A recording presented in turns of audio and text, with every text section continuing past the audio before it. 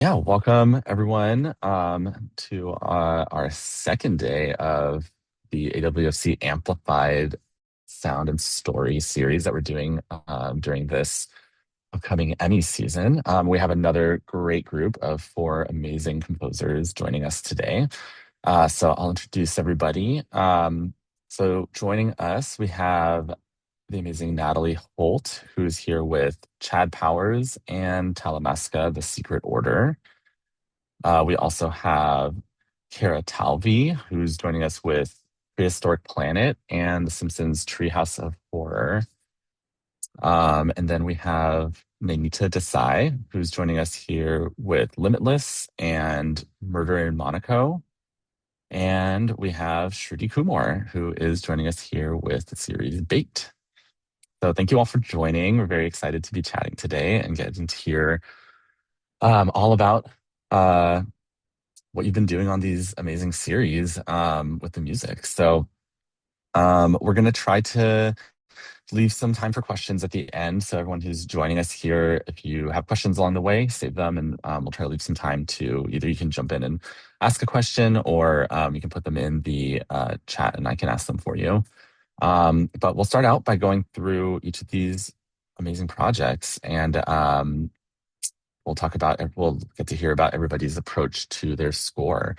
This will be very interesting because different from yesterday, today we have a bunch of people who have multiple projects in contention. So we'll get to hear about all kinds of different approaches. So, um, oh, and sorry, I didn't even say I am Arbel Bedak, owner of Spectrum Creative Agency and a board member of the AWFC. So I'm excited to be moderating this. So let's start out with Kara. You're here with two very different projects.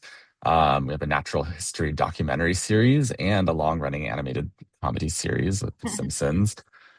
So let's start with Prehistoric Planet. How did you approach the score? And you've done a number of documentaries and docu-series. So how did this also kind of differ from your approach with some of the previous projects that you've worked on? Yeah. First, hi, and thanks for having me. I'm always so honored to be on here with all you amazing ladies, and thanks, Arbel, for the intro. Prehistoric Planet Season 3 is obviously part of the rest of the Prehistoric series, but the difference in this series was that instead of dinosaurs, we are now in the Ice Age era, and it's a period of time when humans and these animals actually shared the same landscapes. So, in a way, that sense of connection changed the approach of the score for us because it had to have this quality of familiarity, but at the same time, this sadness that these animals have vanished and we'll never meet them again. So, in many ways, it was a lot more sad than the first two seasons, which we definitely kept in mind during the score. Um, and as always, we were able to create some custom instruments for this season. The most notable was probably the terror tone, which maybe I could put a picture in the chat because it is kind of hard to explain. Can I? I have Oops. no idea. Maybe I I think can't. you should be able to put an attachment. I now did something totally weird and lost the Zoom. Okay, Oh I'm no. back. We still see I'll you. I'll share pictures after because I don't know how to do that. But You can email them basically, to me and we can put it in the video. okay, Yeah, awesome. yeah, we can Thank include it you. in the recording. Thank you. Just imagine a giant bird skeleton that makes a weird low clarinet sound. Um, but basically, we worked with these amazing paleontologists who studied the trachea and the larynx of the terror bird, and then they replicated the anatomy um, on a much larger scale so that we could sort of interpret what the terror bird would have sounded like, but turn it into an instrument. And it, of course, we'll never know really what it sounded like, but we can make this interpretation out of the science that they know and studied. And it made this amazing low rumbly sound that just really added this otherworldliness to the score. So that's laced throughout the score. And then we used other giant instruments like the octo bass and just all this crazy low rumbly stuff to try to evoke just the mass of these creatures, because it really is uh hard to see it on screen when you don't have something to compare it to. And then we also recorded an 85-piece orchestra to keep that connection with the animals and some familiarity there. Amazing. So interesting how the idea of having to have this sort of like sadness and like melancholy to it Yeah. to kind of like Yeah. um It's also that the landscapes are just so it's extreme cold and really vast frozen landscapes that we didn't really encounter in season 1 and 2. So it was a cool change of pace. and how was it like having the introduction of humans? How did that affect Yeah, sort of like any of the approach? I mean, there is that level of guilt that it's kind of, I mean, it's our fault that they're not around anymore. So getting to know these animals on a deeper level, it was kind of depressing, to be honest. Um, Interesting. because yeah, it's our fault, I thought it essentially. was a meteor. That's for the dinosaurs. Oh, I That was, see. yeah, yeah, that was also sad, but Yeah, I'm getting mixed up. Sorry. so I Well, learned a lot in this series as well. well, I guess you got to kind of like balance some of the melancholy with then scoring The Simpsons. So like Yeah, kind of like yeah, on the yeah. opposite extreme. So It's a like good balance. Yeah. yeah, and but it must be really interesting kind of diving into The Simpsons. Obviously a very long running series with a lot of established sound and everything. So and even Definitely. just the Treehouse of Horror is kind of a long running sort of segment that kind of emerges. Is it every year or like every other year or something? It's And so every year. it is every year, yeah. So yeah, so talk a bit about then kind of like diving into that side. How do you dive into something that has a long history but still kind of like keep it fresh and interesting? Yeah, I mean, the showrunners do such a good job of making it fresh and interesting that the music kind of just supports the idea. But as you say, working on The Simpsons is already a privilege and a huge responsibility. And Treehouse of Horror is especially iconic. So there's always that pressure of this has to be perfect. And on top of it, we're recording, a 50-piece orchestra, which we don't do week to week on the show. It's like a special treat when we get to do that on these bigger episodes. What's also really fun is that each act is its own story, so it lets you explore three completely different styles in one episode, which is really, really fun and challenging. So that's that's kind of the treehouse vibe. And this year was, or I guess last year, was very challenging because Act One was Fatberg. He's a monster made out of grease that torments Springfield for all 7 minutes of the episode. And the showrunners wanted a sort of Jaws parody because he's like creeping out of the sewers, and it was very effective. But obviously, that's really hard music to try to parody because it's so iconic. So that's Yeah. that's always a challenge as well. Yeah, I can imagine. And I guess it's probably also like quite a balance of like it's sort of this horror episode, but obviously it's still a comedy. How do you kind of Yeah, like find the balance of that? yeah, definitely.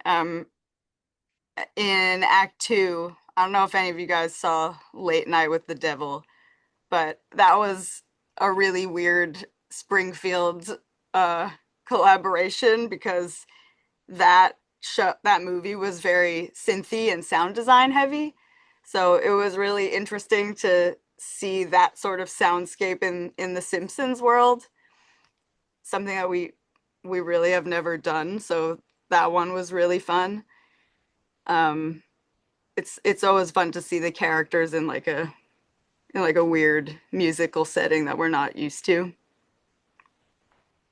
Yeah, absolutely. Well, thank you. Amazing. Thanks for Yeah, diving into cool. those with us and congrats on these.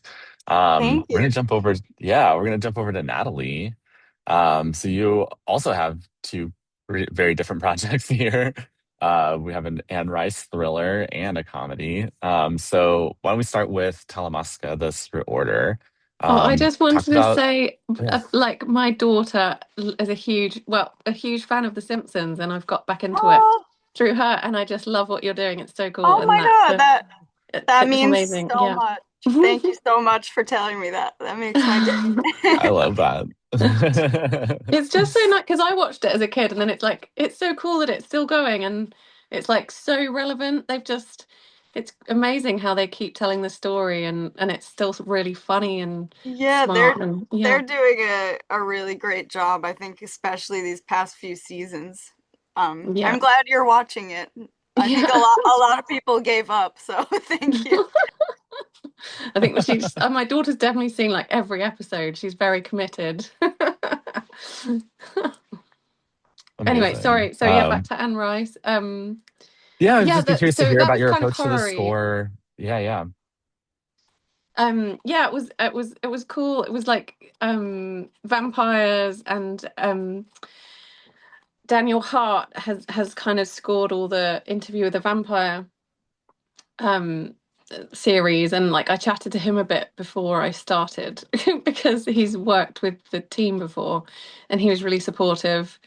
Um he's an amazing composer, and I really love the Interview with a Vampire series, so I thought it'd be cool to just deep dive a bit more into that world, and yeah, the Talamasca was a bit more of a kind of, it's like a bit of a thriller. I felt like it was sort of like a spy thriller in places, and then there were some big sort of set piece vampire moments and zombie moments and werewolves, and it was kind of just a fun genre piece in some places, but it was quite a serious tone. And yeah, it's kind of this character searching for his sort of missing pieces of his childhood. So there was like a little theme of like a little music box theme that was kind of going through it that represented him and his theme, which we tried to sort of tie through the whole thing. So yeah, it was a an interesting one to do.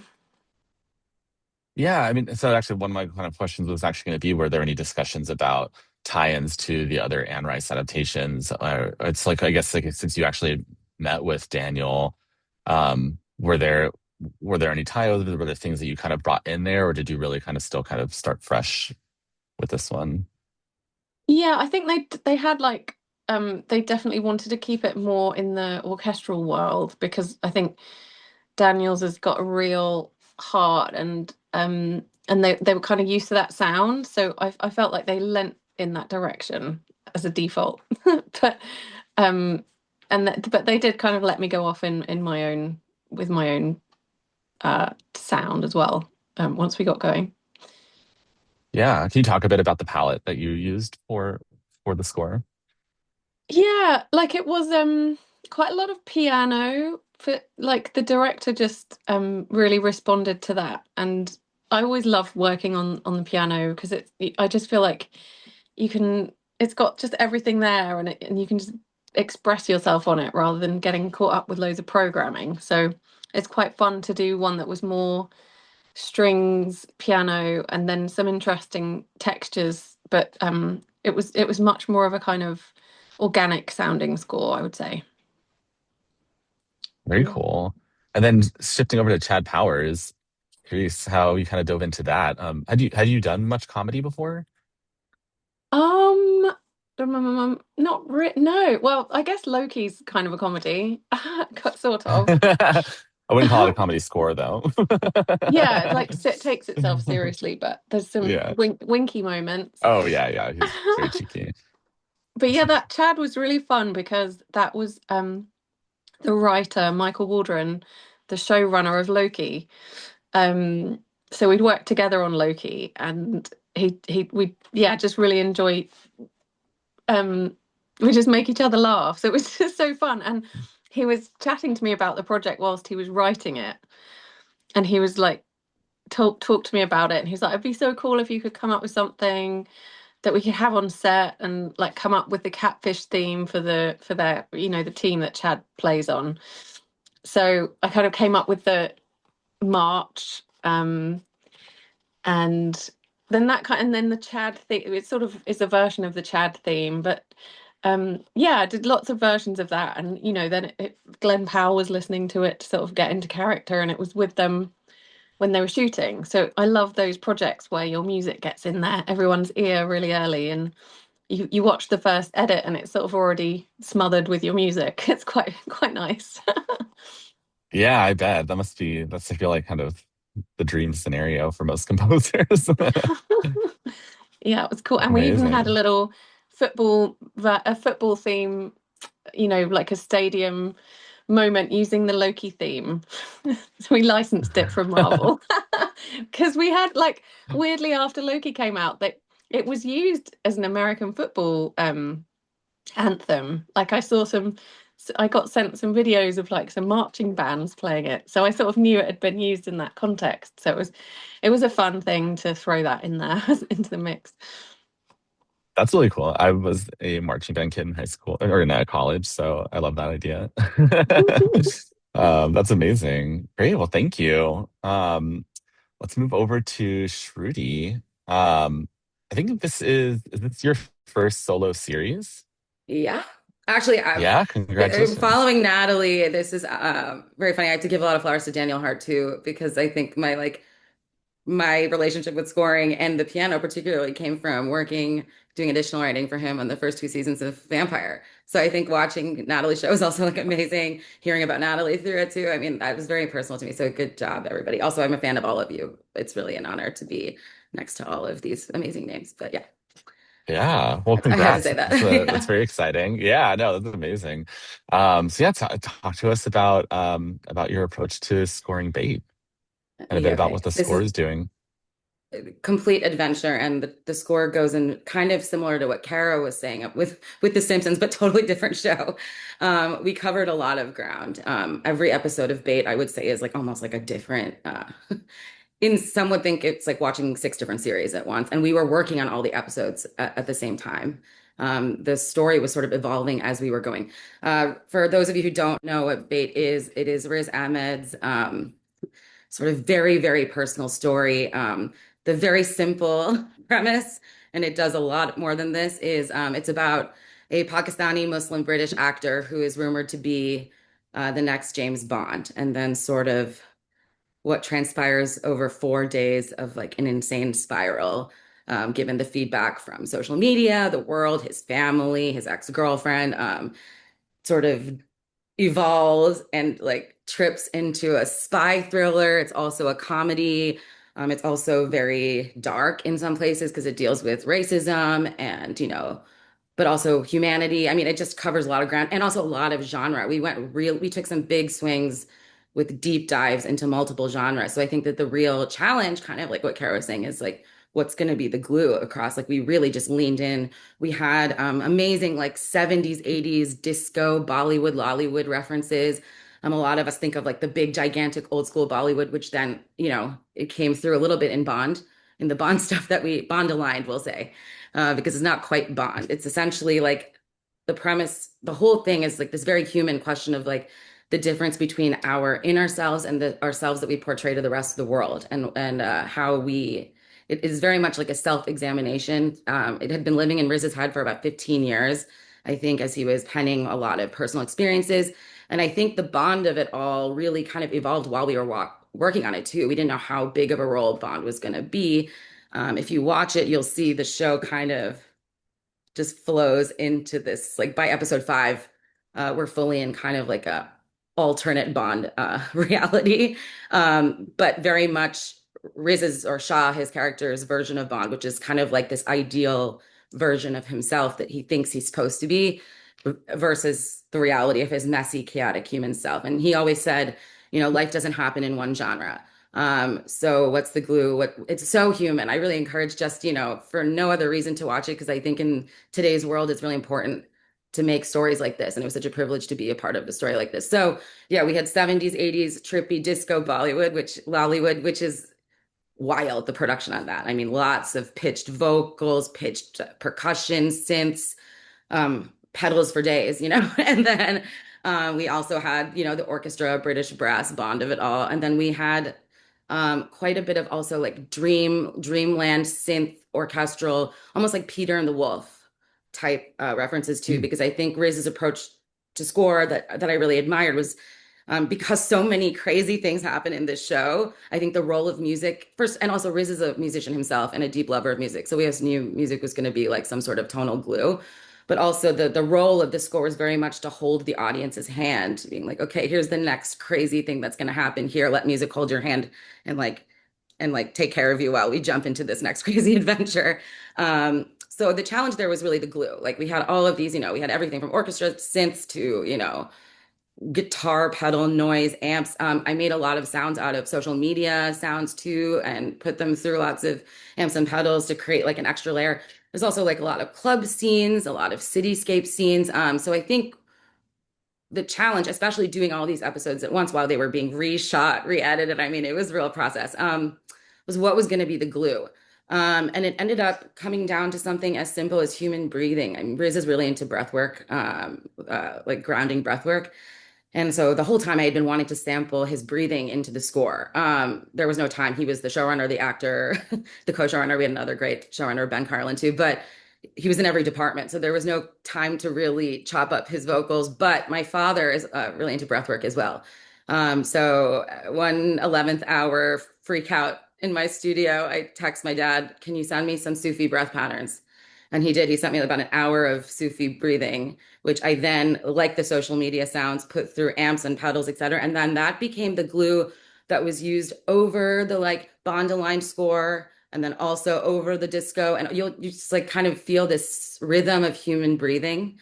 And again, I put it through lots of amps and pitch stuff. So that became like this kind of invisible glue that carried us through the genres, I think. Also, I think in South Asian music particularly, we didn't want to be too on the nose. I mean, a lot of the needle drops kind of put us in certain areas, but we don't have fixed Western pitch, right?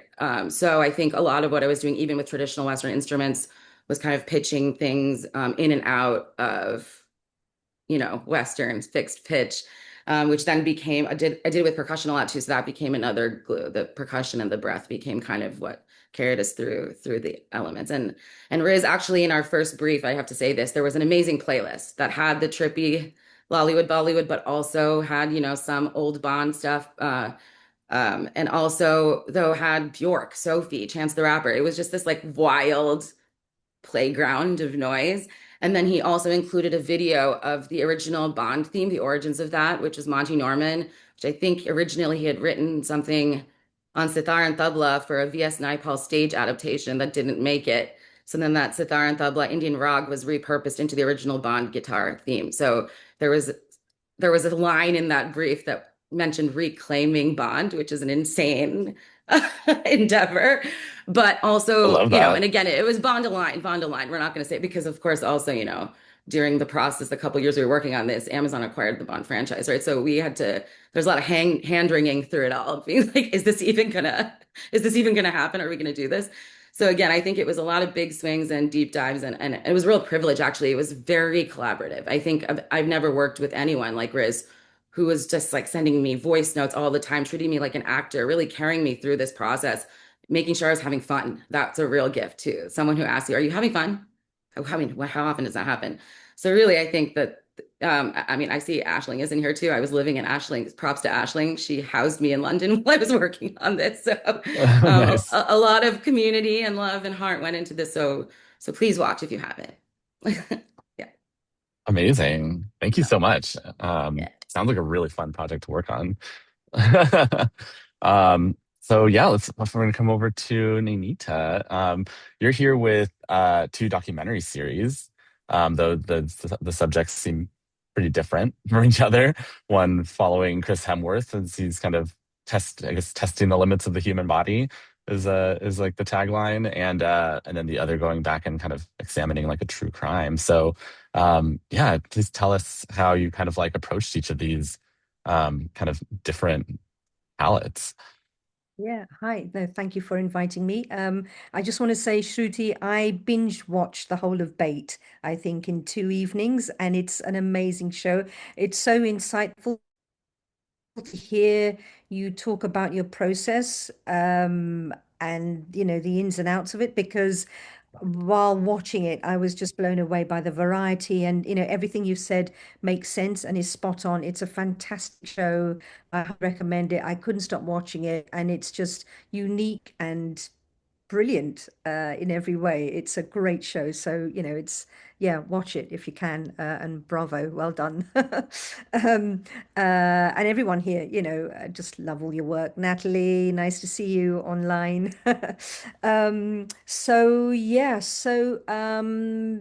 Murder in Monaco. Murder in Monaco is it's a story. When I got approached to score it, it was an instant yes from me, because I've always wanted to score this kind of, into musical genre and this type of project. It's really juicy and meaty and dynamic and exciting and fun as well. Basically, it's a feature documentary for Netflix. And it's about, just think Monaco 1999. It's a billionaire banker, Edmund Safra, who's found dead in his penthouse. And the film examines the puzzling circumstances surrounding this wealthy financier's murder. So, you've got three strands. It could be, did his wife do it?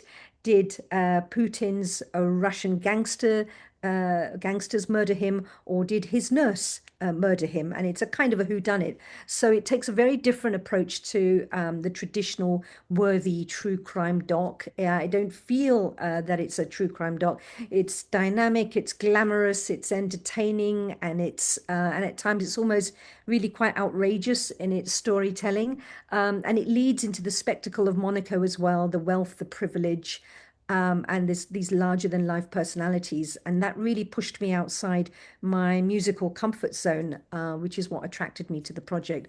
So instead of embracing it like a dark investigative crime score, I found myself writing for a string quintet. So it was like a Mhm. very sort of small chamber ensemble. And there's something that's inherently, I think, elegant and sophisticated about that sound, which felt really right for Monaco and the world of the rich and the privileged. The score is the editing, the music had to reflect the pace of the editing. It's quite stylish and dynamic, so it's bold, it's dramatic, and almost operatic in some of its gestures. And it reminded me, when I was writing it and looking at some of the visuals, it reminded me a bit like the energy and the swagger of a Scorsese film like Goodfellas, instead of a conventional true crime thing. I mean, yes, there are thriller moments to the score, but my one of my favorite sequences was writing. We had to reconstruct the events of the night of the fire and the murder and the break-in, in this amazing building. And you have these visuals which are like, you have the blueprint DNA and the map of the building, whereas the story pieces itself together, and the music acts like a kind of a ticking clock thing that's propulsive and driving you through this whole sequence, creating a sense of urgency. So that was a lot of fun to write for.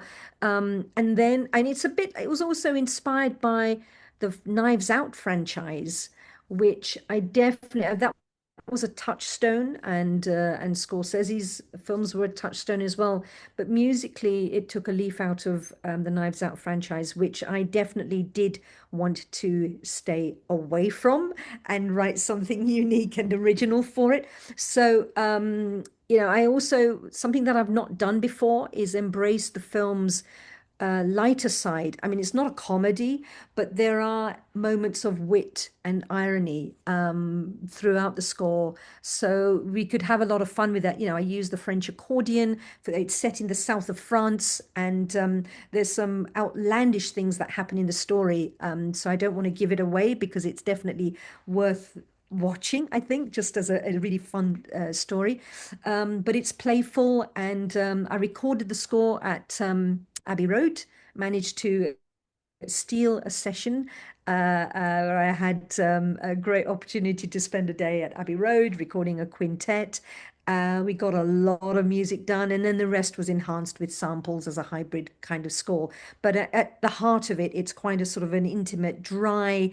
I love the sound of the strings and the sound that the instruments make, the sound of the bows hitting the strings and playing close to the bridge, that kind of, having worked with the London Contemporary Orchestra before on various projects, it had that sort of extended techniques and that dry sort of chamber sound that was quite intimate and raw and visceral, that really complemented the tone of the film. So that was the basis of the approach, the emotional and the sort of the creative process for Murder in Monaco. That's amazing. Um, Um, and then I guess that sorry to interrupt you, Arbel. I guess that really no, contrasts please, please. with Chris Hemsworth. I think, well, Limitless with Chris Hemsworth was a very, very different type of project. And that's something that, so basically, Limitless is, it's a series for Disney that takes you on this emotional roller coaster personal journey that Chris Hemsworth, I should call him Crimsworth, shouldn't I? Chris Thanks. Hemsworth explores how to combat, yeah, combat aging and discover the full potential of the human body. So it's so different. It's quite hybrid and electronic and organic in approach. But there was one key episode that attracted me to it. They said Chris has to take on a challenge in each episode. And the one that I found the most intriguing was where he learns to play drums for the first time, play a musical instrument. But he had a goal of playing at an Ed Sheeran concert, which I think he had 3 months to learn to play drums and to play in front of a 70,000 strong audience in Eastern Europe at an Ed Sheeran concert. So that was a hell of a challenge for someone who doesn't really have a sense of, I think maybe, I don't know if he'll have a go at me for saying this, but he doesn't have a sense of a rhythm, a natural sense of rhythm.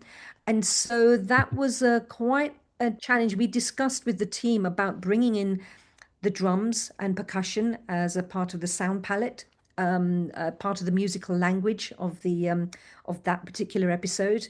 He's learning to play drums from scratch, and I wanted the episode to feel connected to rhythm and learning and physical performance. So there are scenes, rather than using percussion purely for action or energy, I wanted to treat it like a storytelling device. And as Chris's progress is developing, you hear sort of tentative, fragmented patterns of drums that reflect his uncertainty and his self-doubt as he's learning. But it then evolves through the episode, it becomes more confident, and you have more complex rhythmic layers as his skills develop. And what fascinated me was the parallel between learning music and learning any new skill. The repetition, the discipline, the mistakes, the breakthroughs that he has all have a rhythm of their own.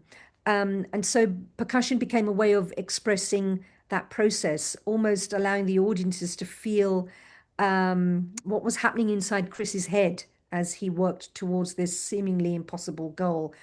And at the same time, the episode and the series is not just about becoming a drummer. It's about brain health. It's about the cognitive relationship between rhythm and learning a musical instrument, and how you develop as a human being, and how instrumental that can be as young children, learning to read and write with those cognitive skills. So there are scientific elements with fantastic graphics throughout the series. And so I evolved the palette and brought in percussion in a different way for those moments in the show as well. So, and then Chris has been very public about his family history and the fact that he's now diagnosed because his father is diagnosed with Alzheimer's. He's got a very strong propensity to developing sort of the mental degenerative disease as he gets older as well with Alzheimer's. So bringing out human vulnerability with the excitement and the momentum of the challenge through the episode was really important. So there are moments of reflection and emotional sort of confrontation of his mortality and the meaning of family and friendship and how it's so important to get that how important that is in our lives. The feeling of human connection and creating bonds around us to help us with our mental health. So those were elements that I had to bring out as well in the score. And I think ultimately what I love about the show and that particular Ed Sheeran episode is that you're embracing the discomfort of being a beginner, and the percussion-driven score really is a reflection of that journey. It's raw, it's physical, it's imperfect at times, but you're always moving forward.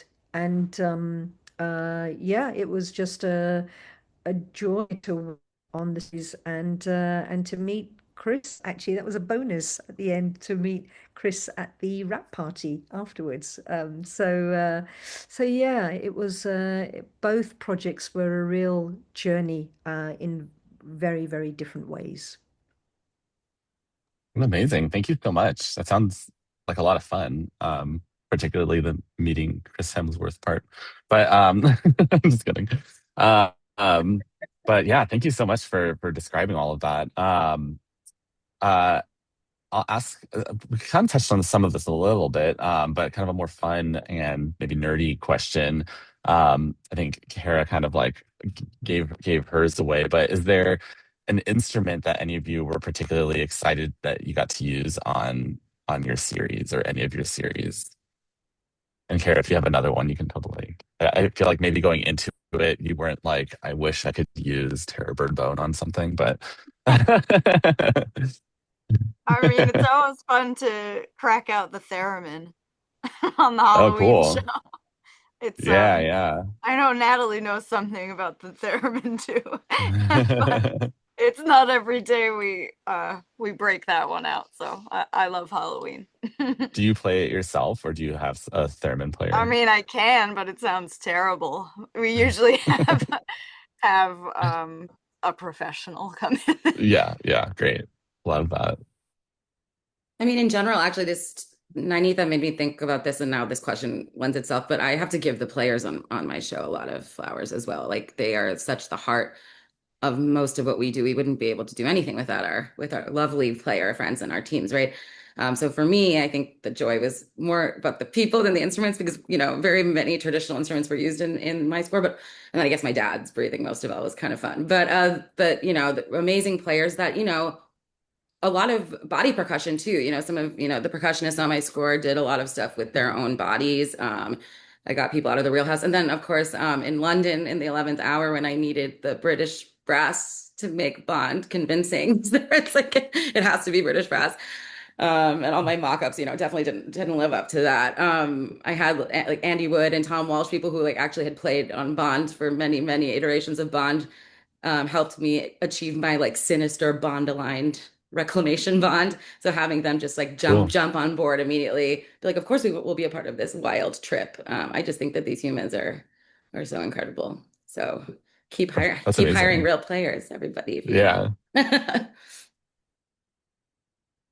Yeah, I feel like Yeah, every year, the budgets get smaller and like they want you to do more and more with less, and it's a bit that's kind of tricky. So yeah, it was great to have the brass in LA. I did the swapsies because I was trying to get that like American marching band sound on my Yeah. score. But that was really fun. Like I didn't really, I didn't grow up with that music so much, so it was really fun to dive into that. It's so evocative. It's like going into a war or something. There's something really like it taps into a primal feeling when you're watching sport. I think it's really cool. I love that. Yeah. yeah. Um, Yeah. oh yeah, go ahead. rather obviously I used drums in the drumming episode of Limitless with Chris Hemsworth, but I loved recording the strings. I mean, there's only so much that samples can do, and I think, having all these extended techniques and, just amazing players that I had the privilege of working with at Abbey Road for Murder in Monaco. They're just at the top of their game. And it was just a joy to hear the music brought to life by these fantastic musicians. And also having a small ensemble made them more exposed.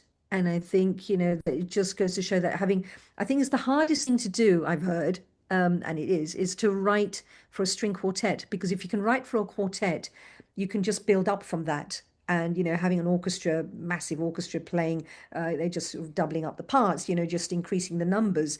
But when you're writing for a quartet, or actually a quintet in this instance, it was very exposing for the players, and it was a testament to their abilities to be just, we were, it was just lovely to write for. And I had a lovely team. I had Kezia Thompson was my orchestrator on it, and it had a really, really cool team, great engineers. And yeah, it's just great to always stretch and push your resources to always bring in at least a couple of players, even if you're on a really low budget. I think it just makes all the difference to the production values, and it allows you to connect with the audience. The music somehow connects with the audiences when they hear musicians breathing and pushing air around, basically.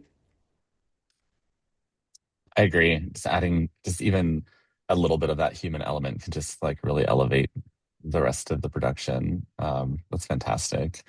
I think at this time we'll open it up to any questions from anyone who's joining right now. Does anyone have a question they'd like to ask any or all of these amazing composers? You can unmute yourself and ask, or something in the chat. I can read it off if you prefer not to talk. I feel like everyone described things really well, so I'm not surprised if there are not many questions. um, okay, amazing. Well, so the way that we're gonna end every AWFC amplified session and discussion is with a unifying moment of collective expression. We're calling it I Amplify.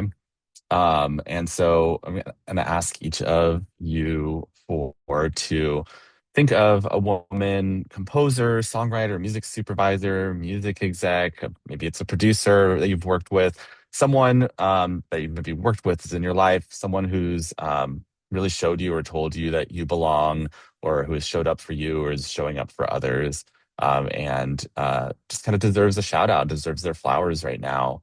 I'll kick it off. I shared someone different yesterday, so I'll do somebody different today. I'm going to I amplify Rachel Kumar. She's a dear friend of mine. She owns and runs Hyperextension Music, and she is a very, very big part of why Spectre Creative Agency exists. She was like very encouraging of me to um, go off and do my own thing, and so I want to amplify her. She also had a very harrowing experience, and was involved in a kind of a freak accident on her own, and was in a coma and suffered a traumatic brain injury, and is very thankfully still here and actually running her business now. And both they thought she wasn't really going to make it, and she has been making a recovery, which is incredible. So she's an amazing person if you don't know her. So yeah, why don't we start with Kara? I want to amplify Ariel Marks. We just did the WIF fellowship together. We were mentoring a group of some really lovely female composers, and I was there to mentor, but I want to say that I really felt inspired and mentored by her, just learning about her experience, which is so different from my experience, but also connected in so many ways. And she's just a great composer. I love her music, and I just think she's very, very inspiring and influential. So I amplify Ariel. Amazing. want to go to Shruti. I love Ariel, by the way. I've known her since school days. She and I both teach together at NYU, so she really gives back in many ways. Amazing. I'm going to amplify Lori Castro, my engineer on Bait, who I've known for many years, beginning with my very early days at Remote Control in 2011. And Lori was working with Alan Meyerson, and she was kind of like my elder guru. Not many women were in the studio at that point, and she really took me under her wing back then. And so it was amazing to get to work with her now on this show, especially given our history and our camaraderie. And she's really like been a soundboard for all of my stresses throughout the years, decades now. So I just want to amplify Lori, work with her. She's in LA. She's an incredible, incredible engineer. Also studied with Sylvia Massey, not just Ellen. And so she kind of has this like wide breadth of sonic understanding. So yay, Lori. Amazing. Thank you. Nainita. I've got two women, if that's allowed. I've Please got amplify them all. yeah, there's Louisa Rainbird, I think, Oh yeah. in the UK. She's the head of music of EMEA at Amazon. And she has been a great, I've known Louisa for many, many years, for about 10, 15 years now. I've seen her career trajectory, and she is a great supporter. I love her personality. She's so inclusive. And she has set up this sort of championed and initiated this program called Amazon Prelude. It's a mentorship mentee program, which I've had the privilege of last year, the first year that it ran. I was one of the mentors on it, and just love her I have to say attitude also, Louisa is the to reason I everything. had Bait. Louisa is like the reason I have a career, so she's amazing too. Yeah. Yeah, no, she's fantastic. And then the other person is Daisy Cool, actually. I think, the first person I thought of, when you asked this question, I just think Daisy has been fantastic member of the AWFC in the UK, and then being on the board and, in her sort of leadership role at the AWFC, but also she's just an all-round good egg. She's involved in so many different ways within the industry here in the UK, and she champions other women. She's integral to the success of so many film composers, and bringing us together as a tribe. I think she's like a daily contributor to the fantastic WhatsApp group that we have here in the UK and in Europe. And as a composer, she's brilliant. I think she's really forging her way forward. Yeah, I love her to bits. She's brilliant. Amazing. Both amazing people. And Natalie. I just have to say Patty, my agent, Patty McMillan, like she's just, I don't know, like I call her my composer mom because I feel like she's just always there for me. Like she's so supportive. Like she's not just like an agent. She's like a true like, yeah, I don't know. She's just a real champion of everyone she works with, and it's just like she cares about your family and your mental health, and like she would never sort of want you to do something that she didn't think was right. And yeah, she's just I wouldn't have a career without her. So Patty McMillan for sure. Amazing. I feel fortunate to know everybody that everyone shouted out. So snaps to that. Fully agree. These are all incredible people. I want to say a big thank you to all four of you for joining us today. Kara, Shruti, Nainita, and Natalie. Wishing you all the best of luck as we head into Emmy voting with all of your projects. And either way, congrats on all of the amazing work that you've done. Thanks for joining us today, and thanks for everyone who joined in and anyone who's listening to the recording later. Hope you get to enjoy listening to these fantastic composers talk about their work. So thanks so much, and we'll look forward to the next one. Thanks, Thank you Arbel. for having us. Great to see you all. Yeah, you too. Bye, guys. Bye.